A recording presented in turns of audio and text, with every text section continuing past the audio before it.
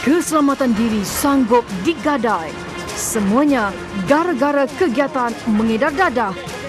Apakah nasib si Tokan kali ini? Semuanya seketika nanti dalam 999 malam ini.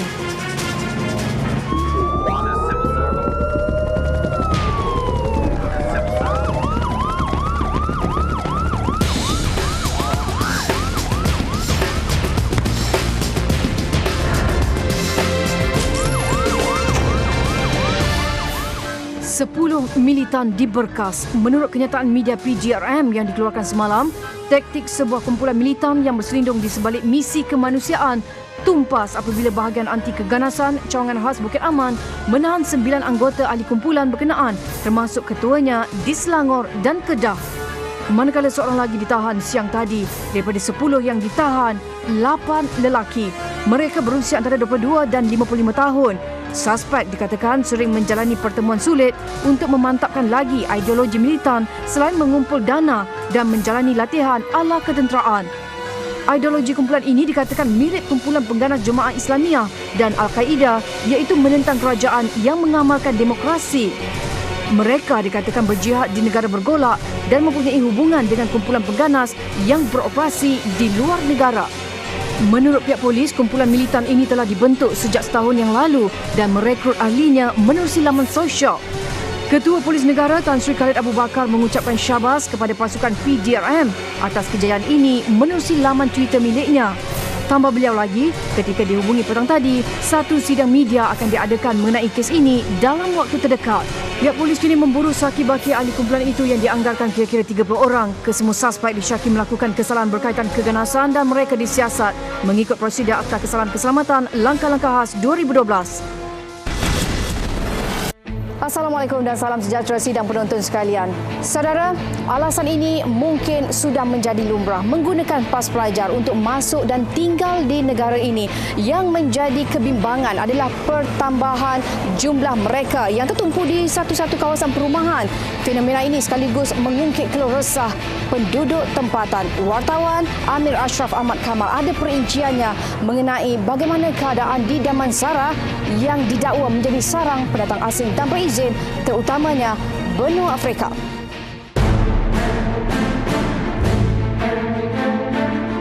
Itu antara lagak warga benua Afrika yang sempat dirakam menerusi lensa intipan kami. Menurut penduduk tempatan, kebanyakan tingkap rumah kaum Afrika akan dipasang lampu Kalimantan berwarna biru sebagai simbol bagi memudahkan rakan sebenua mengetahui lokasi mereka. Kebanjiran warga asing ini memonopoli kawasan perumahan tersebut jelas membimbangkan penduduk tempatan. Warga asing ni yang pertama sekali ialah membuat bising lah. Tapi satu lagi masalah yang lebih hebat iaitu kegiatan pelacuran. Masalah warga asing ni memang kawasan ni memang kritikal lah. Ia melibatkan gejala-gejala sosial, pelacuran, gaduhan dan banyak-banyak lagi lah. Selain mengganggu ketenteraman awam, laluan kaki lima dan tangga yang sering menjadi port melepak mereka turut dipenuhi botol minuman keras. Wartawan kami sempat merakamkan bual bicara ini. Student? Yeah. What subject is it? Tourism.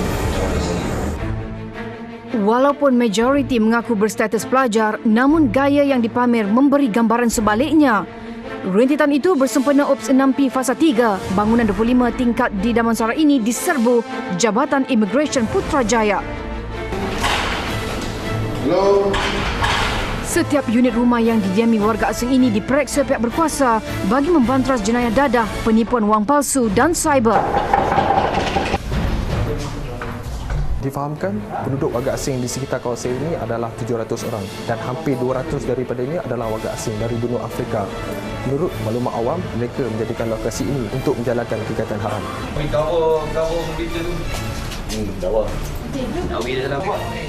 Ketika serbuan, seorang lelaki warga asing berusia 24 tahun ini cuba bersembunyi dan komputer ribanya pula disorokkan di bawah kain pengelap kaki. What are you trying to hide? Hide. Your laptop? I didn't hide anything.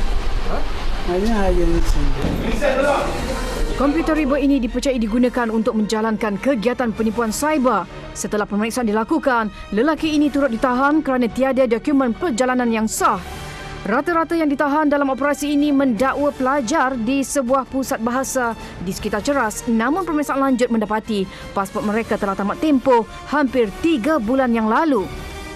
Kesemua 14 mereka dibawa ke Depo Tahanan Imigresen Putrajaya untuk siasatan lanjut. Jika di Damansara, ketenteraman awam diganggu-gugat, lain pula ceritanya di Taman Konat Ceras.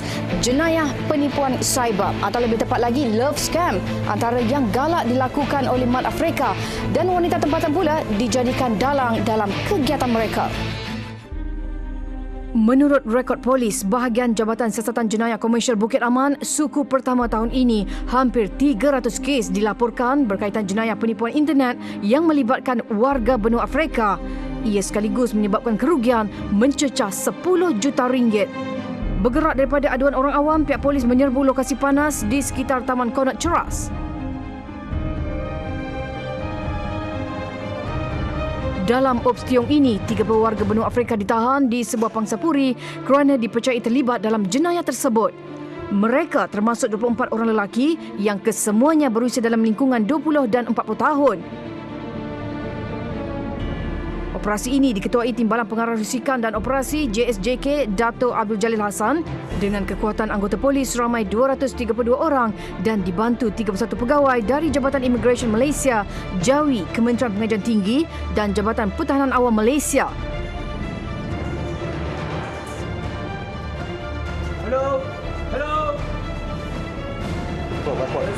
Setiap sudut rumah diperiksa dan pihak berkuasa merampas 6 komputer riba yang dipercayai digunakan untuk tujuan jenayah cyber. Menurut maklumat pihak polis, lokasi ini juga dijadikan tempat untuk mereka berkumpul. Sebuah kafe berhampiran kondominium turut diserbu pihak berkuasa. Wanita berusia lingkungan 20-an ini antara diperiksa pihak polis kerana dikuatiri terjerat dalam cinta palsu Mat Afrika. Saya dalam kereta. Suami saya tengah duduk minum dengan kawan-kawan dia. Jangan bagi saya stres lah sebab saya darah tekanan tinggi. Sit down.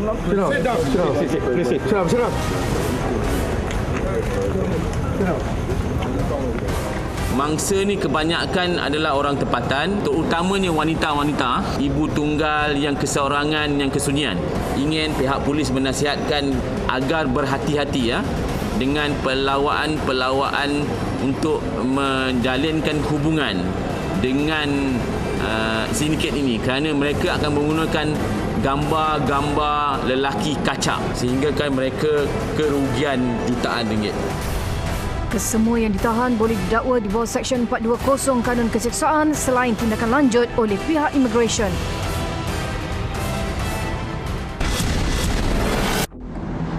Waktu sekarang menunjukkan jam 5 pagi dan hasil tinjauan kami, sebuah pusat hiburan di Mon Kiara masih lagi menerima kunjungan pelanggan yang mana kebanyakan mereka merupakan warga asing dari benua Afrika. Itu gambaran jelas yang dapat dilihat di pusat hiburan ini pada setiap hujung minggu. Dan menurut maklumat awam, waktu beroperasi kelab ini turut membimbangkan. Kelab ni dia buka pada pukul 12.30 hari, tutup 6.30 pagi. Sedangkan pub-pub yang lain tu kat KL tu pukul 3 dah tutup kan. Tapi yang ni sampai 6.30 pagi baru tutup. Malah ada segelintir mereka yang telah mabuk bertindak mengganggu ketenteraman awam dan membuat onar terhadap orang di sekeliling. Kejadian terbaru pada minggu lepas, 30 orang ada. Diorang dah mabuk, diorang baling kun, diorang pecahkan signboard. Jadi salah seorang guard tegur lah. Kenapa buatnya itu? Ada maki amun, dia bertumbuk dengan guard. Turut dilihat taksi yang menunggu pelanggan kelab tersebut di bawah jalan hingga mengakibatkan kesesakan lalu lintas. Diorang start kumpul dalam pukul 4.30 kiri kanan jalan tu lah. Sampai dekat pukul 7. Diorang parking merata-rata. Jadi bila guard tegur, halau diorang dari sini merenting. Diorang maki balik kat guard. So guard pun tak boleh nak kata apa. Apa yang diharapkan pengadu selaku wakil penduduk setempat ialah tindakan sewajarnya oleh pihak berkuasa agar masalah sosial yang menjurus kepada pelakuan jenayah dapat dibendung dengan segera. JPJ memang kacau lah. Kita boleh sewa cermin tapi sementara saja lah. Ini ada waranti JPJ tu. JPJ selama ni tak mau cakap apa-apa. Sama ni ke bawah mari sini. Kita bayar. JPJ bayar dengan balik.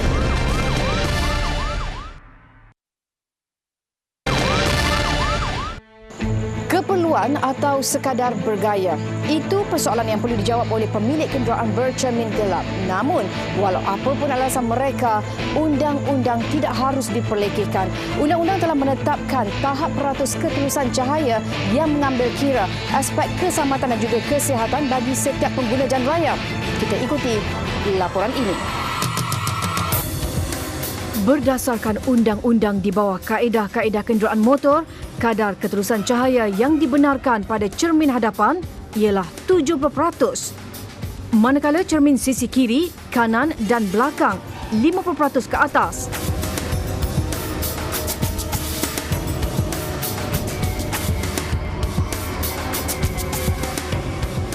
Namun, masih ada segelintir pemilik kenderaan yang tidak ambil peduli atau memandang ringan arahan itu.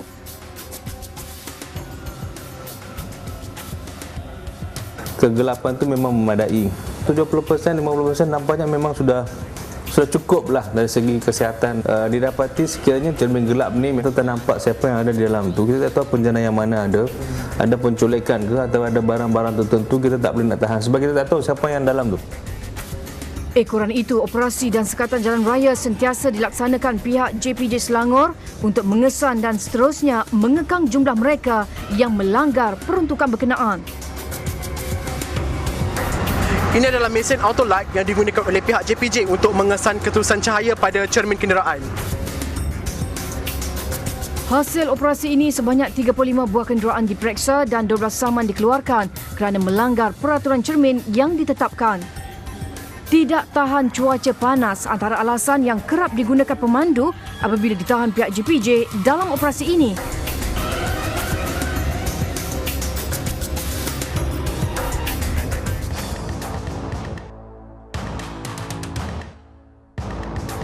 Menurut pemilik kenderaan mewah ini, ada segelintir pemilik yang terlalu taksub pada gaya dan penampilan kenderaan.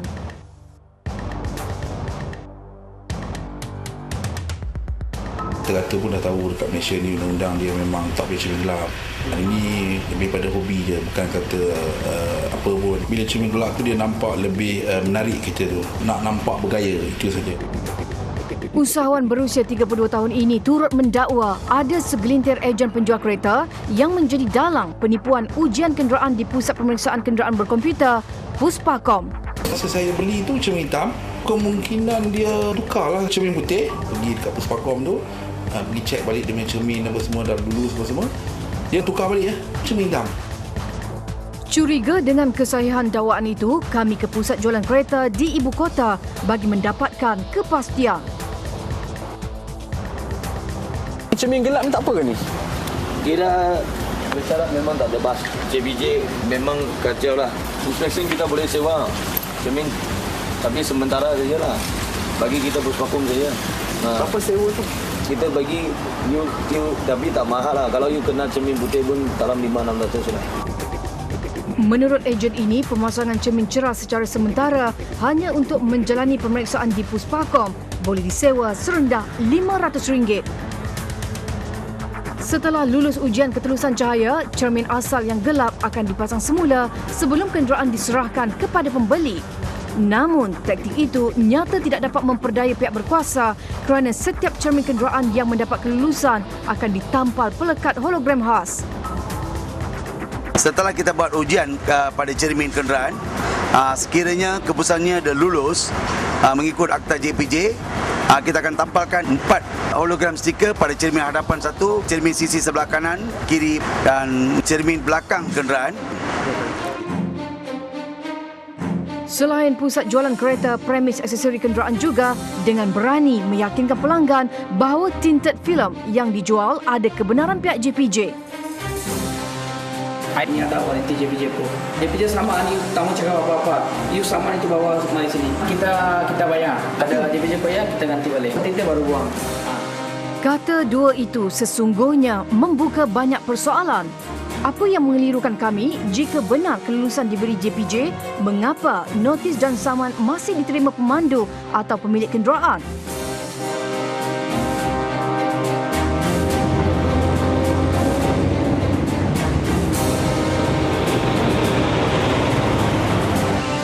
Tidak ada yang tinted yang seperti yang dikatakan oleh mereka yang diluluskan oleh JPJ. Dan saya harap pembeli-pembeli sebagai rakyat yang bertanggungjawab mematuhi dan jangan beli kenderaan-kenderaan yang memang mengandungi cermin gelap. Tambahnya lagi, pemasangan cermin gelap yang tidak mengikuti garis panduan boleh membahayakan keselamatan pengguna kerana ia mengganggu penglihatan pemandu terutama pada waktu malam dan ketika hujan.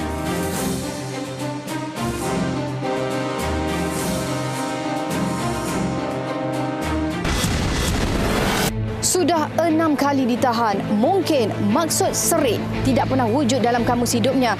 Demi keuntungan berganda, seorang tokan dadah sanggup membahayakan diri dengan terus mengedar barang terlarang terbabit. Apakah nasibnya kali ini? Ikuti Ops Dadah bersama pasukan narkotik Ibu Pejabat Polis Daerah Ceras di Salak Selatan Baru minggu lalu. Sebuah kawasan perumahan sekitar Kampung Pakar dipercayai menjadi lokasi panas aktiviti pengedaran dadah jenis cabu dan ganja diserbu pihak polis.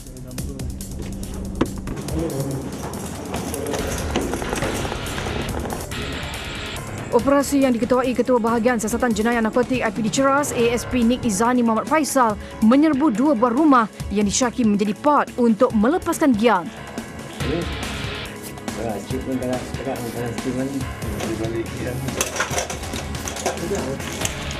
Beberapa peralatan yang disyaki digunakan dalam kegiatan pengedaran dadah seperti tiup penghirup minuman dan sisa ganja ditemui bersepah di lantai rumah ini.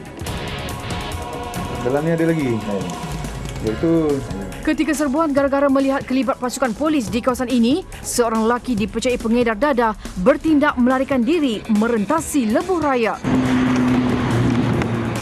Tindakan dia untuk meloloskan diri walau bagaimanapun gagal apabila pihak polis berjaya mengesannya bersembunyi di dalam longkang berhampiran lebuh raya Best Raya.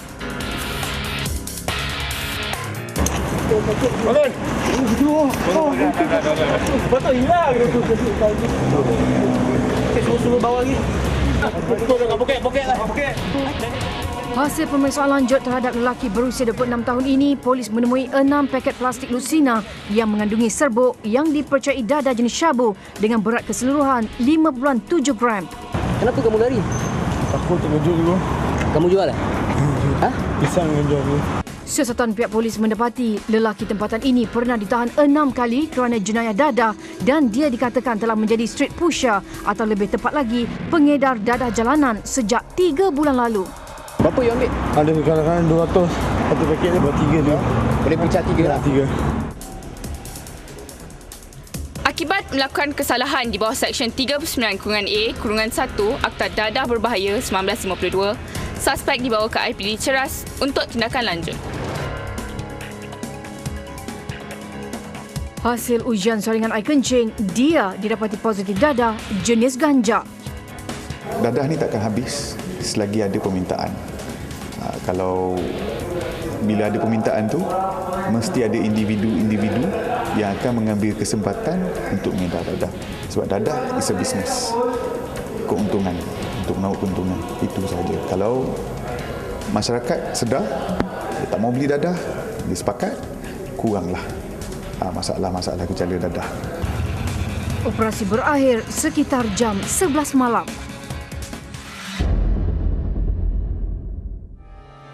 Seorang bekas penyelia dan 2 orang pekerjanya dijatuhi hukuman gantung sampai mati oleh Mahkamah Tinggi Shah Alam. Tertuduh didapati bersalah membunuh seorang lelaki warga emas di Ampang Jaya pada Julai 2010. Mahkamah mendapati kejadian ini telah dirancang lebih awal oleh kesemua tertuduh.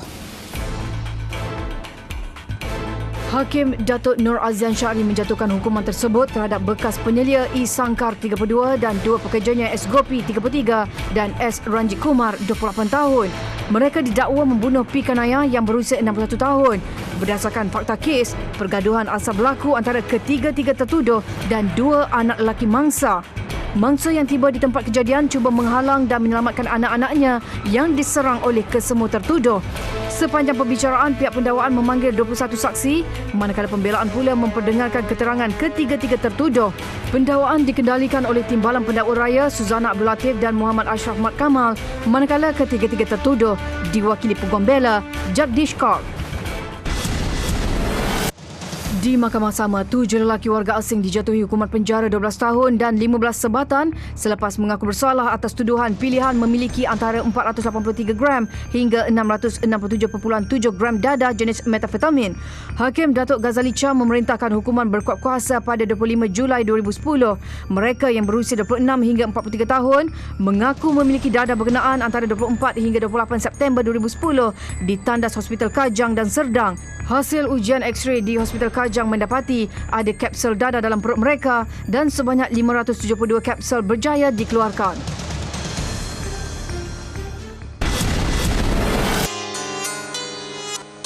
Dihukum penjara 3 tahun dan 1 sebatan kerana melakukan 2 penipuan 2 tahun lalu. Magistrate Mahkamah Jashtan L. Umar Dewi menjatuhkan hukuman itu selepas tertuduh menukar pengakuannya kepada bersalah. Tertuduh 45 tahun dituduh memperdayakan Evanaja 31 tahun pada 8 Oktober 2 tahun lalu dengan menawarkan tender kantin dan menerima RM2,000 daripada mangsa untuk tujuan itu sebelum menghilangkan diri. Di Mahkamah Magistrate Berasingan, tertuduh mengaku bersalah terhadap pertuduhan kedua kerana menipu B. Vigneshwari 29 tahun pada 6 Disember tahun yang sama. Dia menerima wang sebanyak RM16,000 untuk membayar balik hutang PT-PTN mangsa, namun dia tidak membuat pembayaran itu. Hakim Mahkamah Session Kota Baru Muhammad Yusof Yunus menjatuhi hukuman 5 tahun penjara terhadap seorang buruh selepas tertuduh Muhammad Syamsul Ihsan Hafiz Muhammad Yusof 20 tahun mengaku bersalah. Mengikut pertuduhan, Syamsul bersama seorang lagi yang masih bebas melakukan rompakan berkumpulan terhadap Yus Miliana Akmal Yusof 21 tahun. Mereka didakwa melarikan beg tangan mangsa mengandungi 2 telefon bimbit dan kad pengenalan.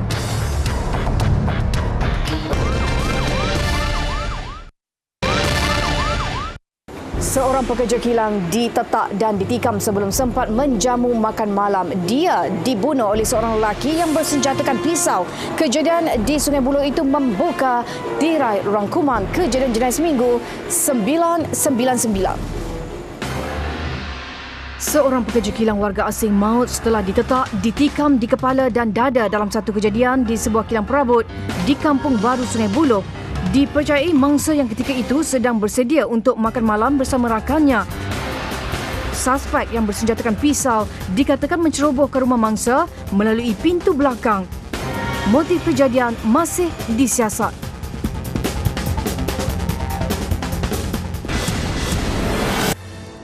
Dilapor hilang sejak lebih 2 minggu lalu, seorang buruh binaan ditemui mati di dalam semak di Kampung Paya Senang, Kota Baru, Kelantan. Mayat mangsa dikenali sebagai Muhammad Amiruddin Muhammad, 26 tahun, ditemui orang awam kira-kira jam 9 malam semalam dalam keadaan mengiring dan hampir reput. Mangsa yang tinggal bersama keluarganya di Pantai Cahaya Bulan kali terakhir dapat dihubungi pada 10 April lalu.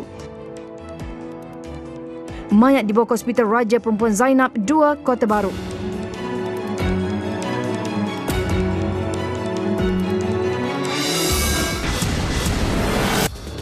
Sindiket black money terbesar berjaya ditumpaskan polis Selangor dengan nilai rampasan wang palsu dianggar mencecah RM30 juta. Suspek utama warga asing berusia 44 tahun dicekup dalam serbuan di sebuah kondominium di Sentul 23 April lalu. Tangkapan dilakukan selepas seorang wanita berusia 51 tahun membuat laporan ditipu suspek melibatkan kerugian sebanyak RM400,000. Pemeriksaan menemui puluhan beg pakaian berisi wang palsu dan kertas serta mesin memproses black money dan peti keselamatan. Kes disiasat di bawah Seksyen 420 Kanun Keseksaan. Saudara, ingat jauhi jenayah, jauhi dadah kerana ia hanya akan mengundang pada Seperti biasa, anda boleh salurkan sebarang maklumat mengenai kejadian jenayah menerusi laman Facebook 999 dan juga email seperti yang tertera. Saya Adin Hussein mewakili tim penerbitan 999. Jumpa lagi pada minggu hadapan pada hari dan waktu yang sama. Assalamualaikum dan salam.